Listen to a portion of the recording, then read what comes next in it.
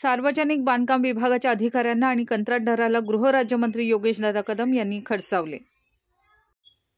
दापोली उपजिल्हा रुग्णालयाच्या नव्या इमारतीचे बांधकाम वर्ष झालं तरी जैसे थे असंच असल्याने आज दापोली दौऱ्यावर आलेले गृहराज्यमंत्री योगेशदादा कदम यांनी सार्वजनिक बांधकाम विभागाच्या अधिकाऱ्यांना चांगलेच खडे बोल सुनावले।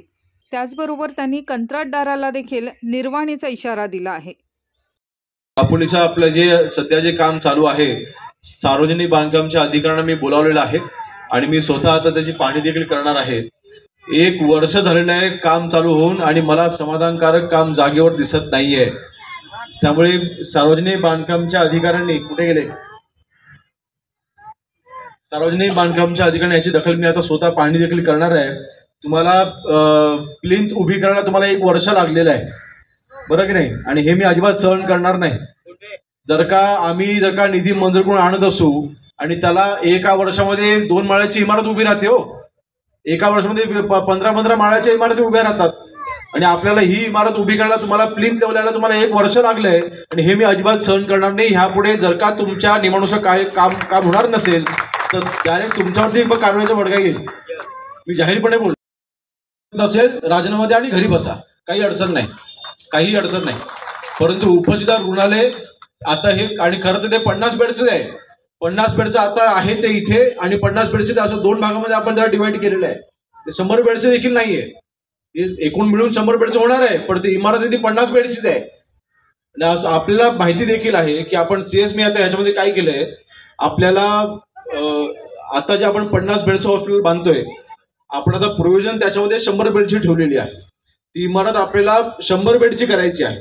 ते काम जेव्हा हे पूर्ण जेव्हा होत येईल, जेव्हा पहिला स्लॅब पडेल त्यावेळेला आपण नवीन इमारत तिथे आपण मंजूर करून घेतोय आणि 100 बेडचं स्वतंत्र हॉस्पिटल ते राहील आणि ह्या 50 बेडमध्ये आपण महिला आणि लहान बाळांसाठी स्वतंत्र आपण हॉस्पिटल इथे मागणी करतोय।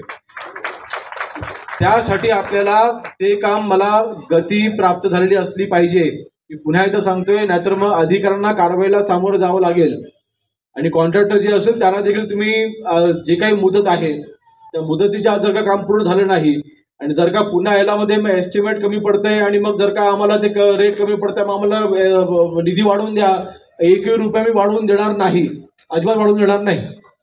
आणि म्हणून आपण थोडं त्याकडे लक्ष द्यावं आणि ते काम वेळेत पूर्ण करून घ्यावं अशी मला सूचना आजच्या आहे। गृहराज्यमंत्री योगेश कदम यांनी सार्वजनिक बांधकाम विभागाच्या अधिकाऱ्यांना तसंच कंत्राटदाराला कामात गती आणण्याचे आदेश दिले आहेत, अन्यथा कारवाई होईल व निधी देखील तेवढाच राहील असं सांगितलं आहे। त्यामुळे असे खडे बोल ऐकल्याने आता तरी दापोलीमध्ये नेहमीच संत गतीने काम करणारा सार्वजनिक बांधकाम विभाग आता तरी जागृत होईल असा विश्वास लोकांना वाटत आहे।